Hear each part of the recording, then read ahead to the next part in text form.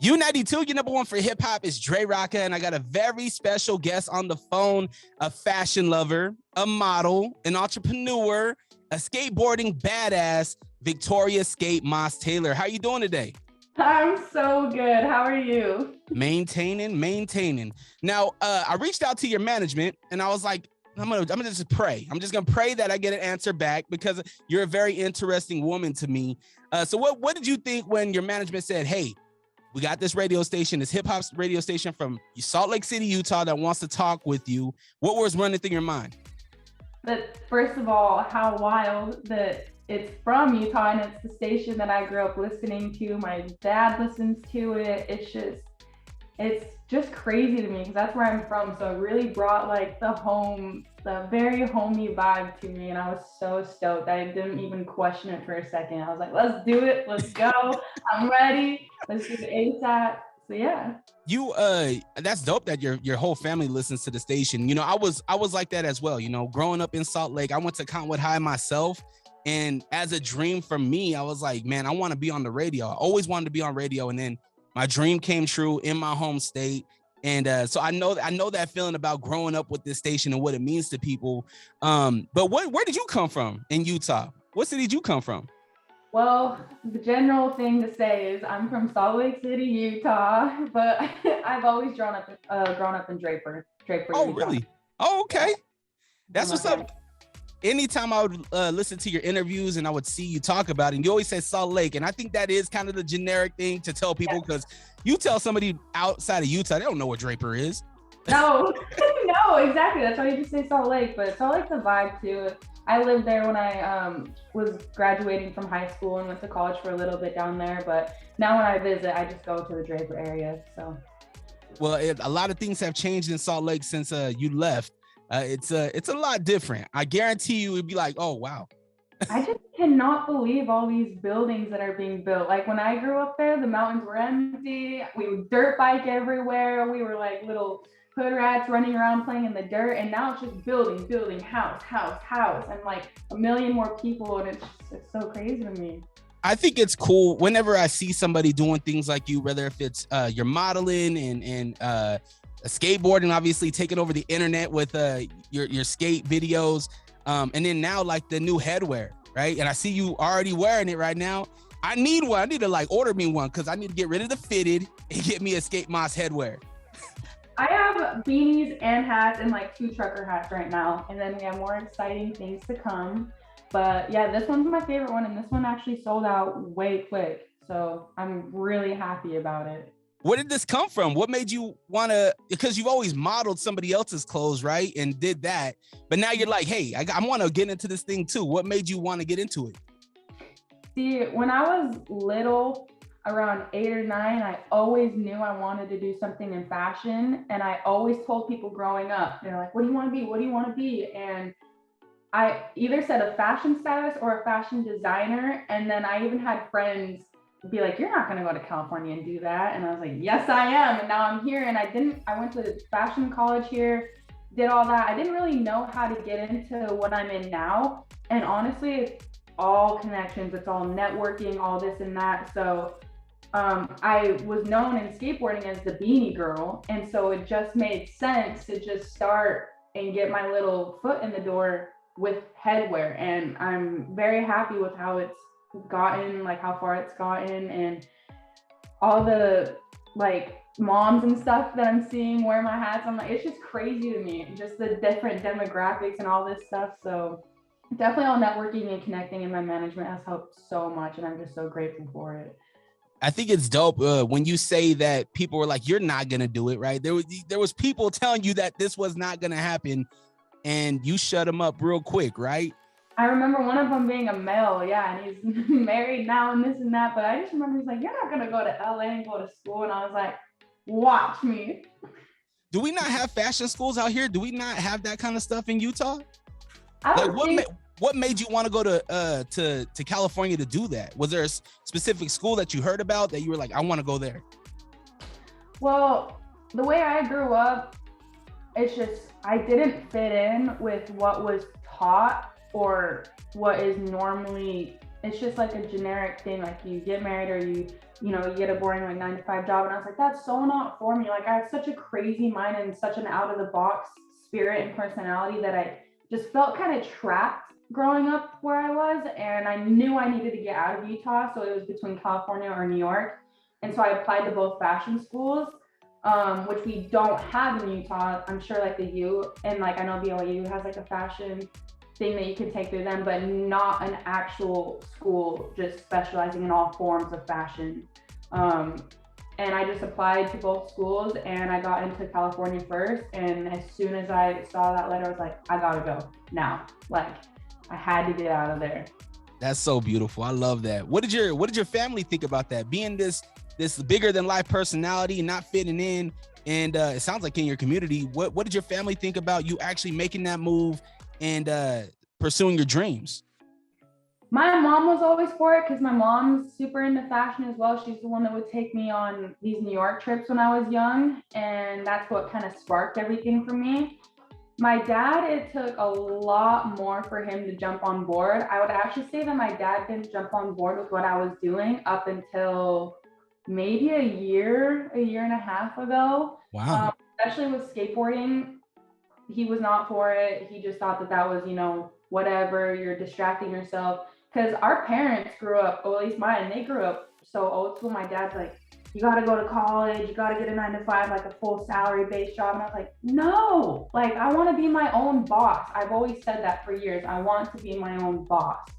And so it's kind of funny because people kind of call me skate boss, boss moss and stuff. So yeah, they're all on board now and they're very happy and proud of it. It's just different times. So for parents and the generation now, it's different times, but they understand it now and they're very happy. So I got Skate Moss, aka, well, I should say Victoria Skate Moss Taylor on the phone right now, and we're talking about your life and you're growing up and what you're becoming, right? Because I feel like you're very young right now in where you're achieving these goals that you set for yourself.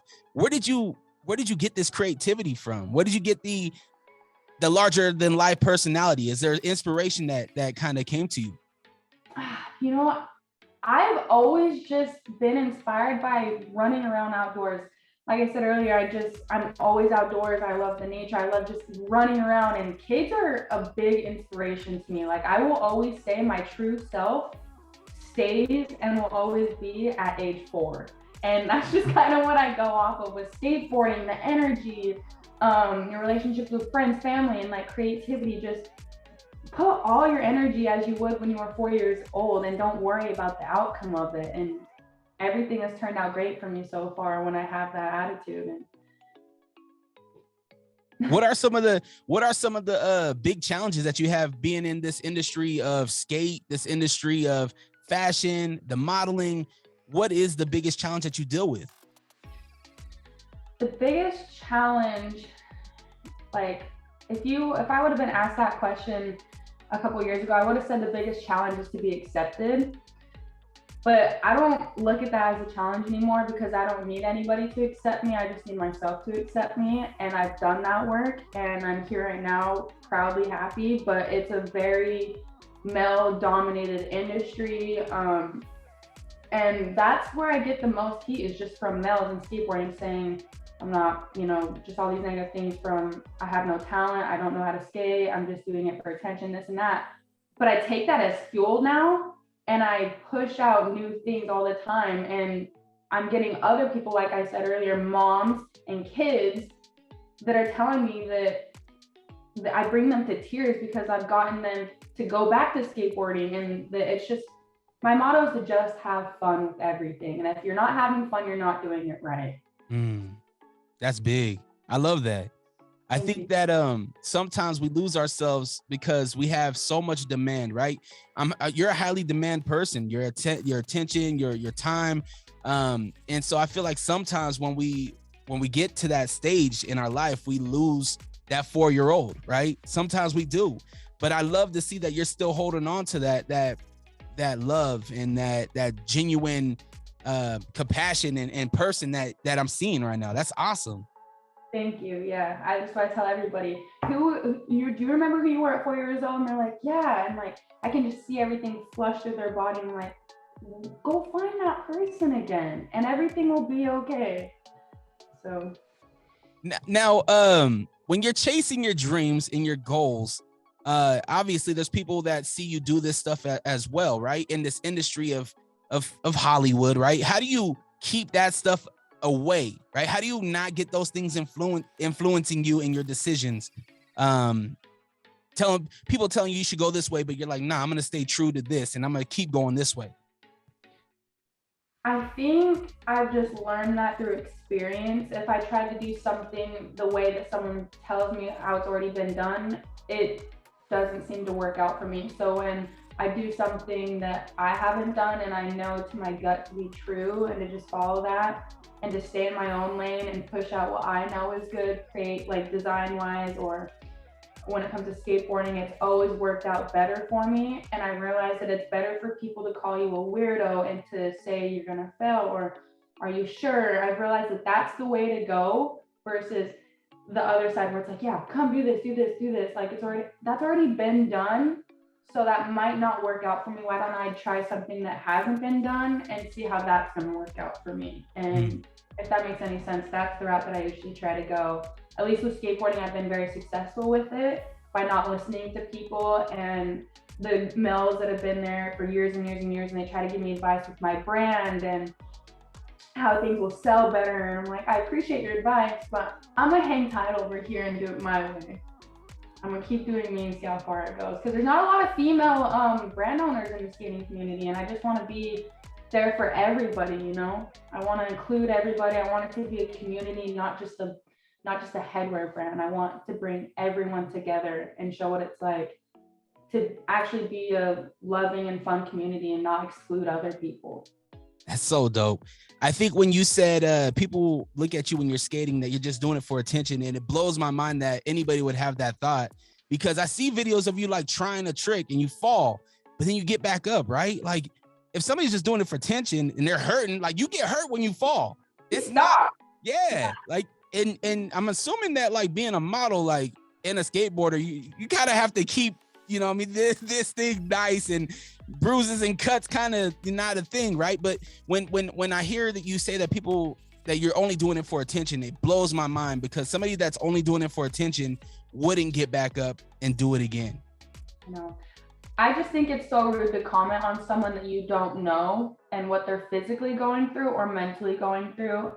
That's just the issue with social media, and not only I experience it, but everybody experiences it. I just think that's the negative thing that social media does. But yeah, like you just said, if someone's doing it for attention, they would stop once, because I've rolled my ankle really bad. I've cut my shins open multiple times. Like my legs are completely banged up. And so when I go on a show, I'm like, my legs, and it's like, I'm scared though, because I think it's so awesome. It shows the physical work and the determination that you're doing.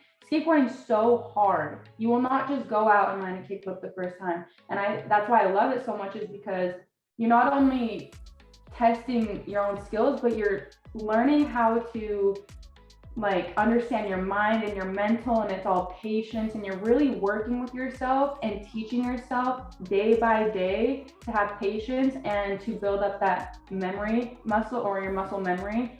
And that's why I love skateboarding so much. You're always learning and you're always progressing. There's some days where you feel like you're not progressing and I suck at skateboarding, I feel like I'm not progressing, but no, you really are. There's always progression. You're never not progressing when it comes to skateboarding. So I lived in Portland, Oregon for 10 years, and we used to go to Burnside Bridge every single weekend. And it was crazy because Burnside Bridge is on Tony Hawk Pro Skater, right? So that was a big influence for me. Just in hip hop culture, skate and hip hop go hand in hand, right? They're hand in hand. It's pretty much the same type of culture. And when I landed my first ollie, that was my first time landing. That's the basic, right? You just learn how to do an ollie, and then you turn into the kick flip, and then you try to do the heel flip, right? And then you try to do a double kick flip, and then you start to progress and things like that. So I know exactly what you're talking about. One thing I grew up on in the 90s, right? Way back, I'm a dinosaur. Way back in the 90s was I grew up with skate tapes, right? Do you have any plans of creating your own type of skate tape? Like a skate part? Is that what you mean? No, like a whole mixtape, like a I guess it would be considered like a vlog or something now, right? Yeah. I mean, I've come up with some ideas about it with like in my iTunes thing, I have like a whole skate park thing, and I thought about doing a skate part. And then I've also done some vlogs when I first started skating, just for like YouTube, and people loved it and stuff. And it's so hard to keep up on that stuff, all these different apps and all that, and especially to keep your mental straight. So I would love to go back to it, but there's just so many like TikTok. I'm trying to more focus on that now. So I mean, I think about it. It's not out of the blue, but I would definitely do it again, for sure. How do you manage your mental health? I don't read my direct messages. I used to make fun videos that people loved, and it's just part. Like, I don't want to listen to other people give me negative feedback. And at the time when I was doing like the vlogs and stuff that you were just saying, I wasn't receiving much of that. But now I don't go through my direct messages. I don't go through my comments because they would just be vile things. I used to make videos of me going through my direct messages, laughing at some of those, because people are hilarious on the internet. Like, there's some funny freaking people out there, and I'll make these videos, like reaction videos. But then it would come to the point where I would just see like a wave full of like just the most vile, disgusting direct messages. I would get like really inappropriate videos from males, and then I would just get really like bully kind of comments, and it took the fun out of it for me. And I didn't want to be on social media. I like took a break for like 6 months of constantly posting, and I just realized now, like, just wake up, post your clip, post what you want, and get off. I don't go through the feed anymore. I don't go through the comments. And it just sucks for the people that actually want to talk to me genuinely.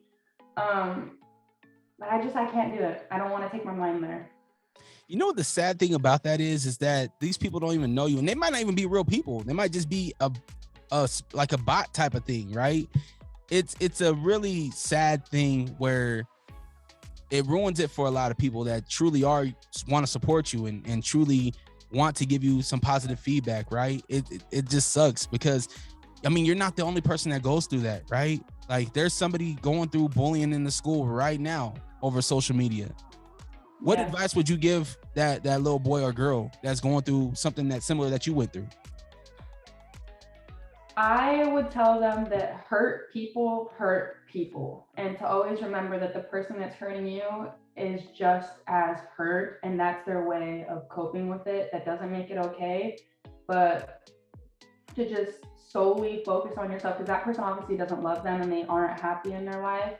And you yourself are never going to be happy until you love everything about you, and that everything is a reflection of who you are. So how you react to that bully or how you react to a bad situation ultimately comes back on you. And if you can handle that bully the best way you can and just be nice and show them love, day by day they will sit and question themselves. So by you giving the bully back love and not giving them what they want, which is the argument back and the negative feedback, they're going to start to question themselves and really hopefully feel bad about their actions, and then day by day get better. As long as you show a good example and just accept that has nothing to do with you and do not take anything personal, you'll start to see the outside change as well. At least that's my experience. Yeah, that's beautiful. I got Victoria Skate Moss Taylor on the phone right now with me. Your fashion is very hip hop, and I don't know if that's on purpose. It's very hip hop. Like, when I look at you, I think of, like, if she was still alive, I feel like Aaliyah would be wearing that hat. I feel like Aaliyah would be, modeling what you got. Like, I feel that, and I don't know if that's far fetched. I don't know if that's wild to say, but that's the feeling I get. Does hip hop influence your style? For sure, and that was such a compliment, so thank you.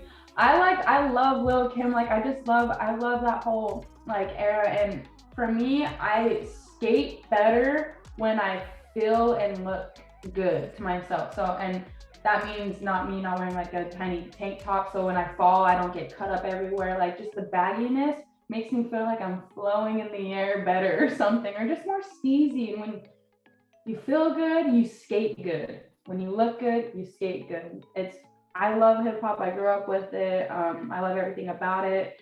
Lil Kim's my favorite. I love Aaliyah, so it's all an inspiration to me. Everything is. That's love. I love it.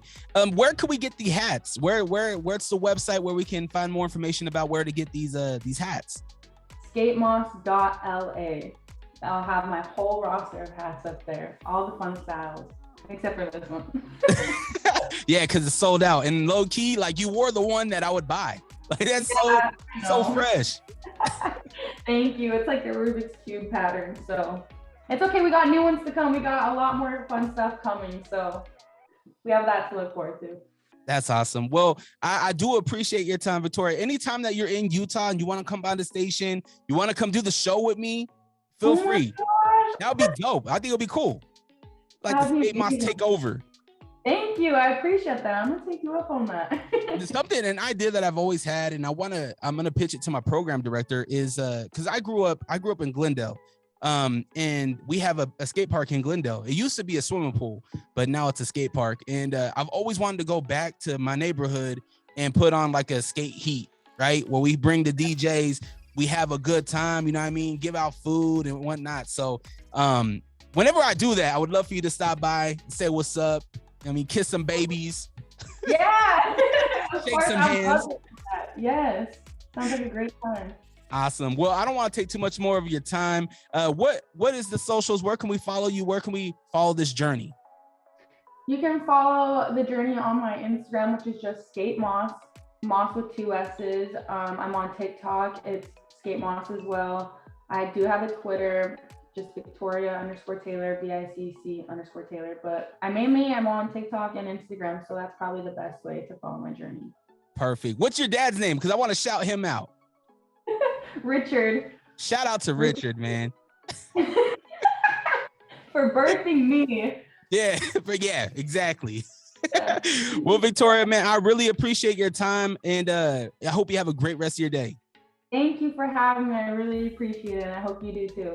All right, we'll talk to you soon. All right, later. Bye.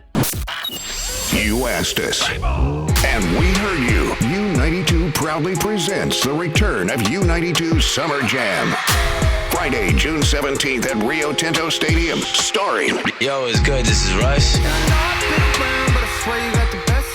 I know I'm fine, but the money makes me handsomer. Also starring... It's your boy YG. Scared money don't make no money. Big bank, tight, low bank. Big bank. Also performing on U92's Summer Jam stage. Hey, what's up, y'all? It's your boy Corday. I'm on this road, and I'm not sure where my heart is headed. Vince Staples is coming through. We just wanna have fun, we don't wanna go for the night. Talking to them. And Junior Choi. U92 Summer Jam 2022, an unforgettable gathering of today's hip-hop stars for Utah's live music lovers. Girl, did he just say what I think he just said? Sis, yeah. Tickets and all your U92 Summer Jam info at u92slc.com.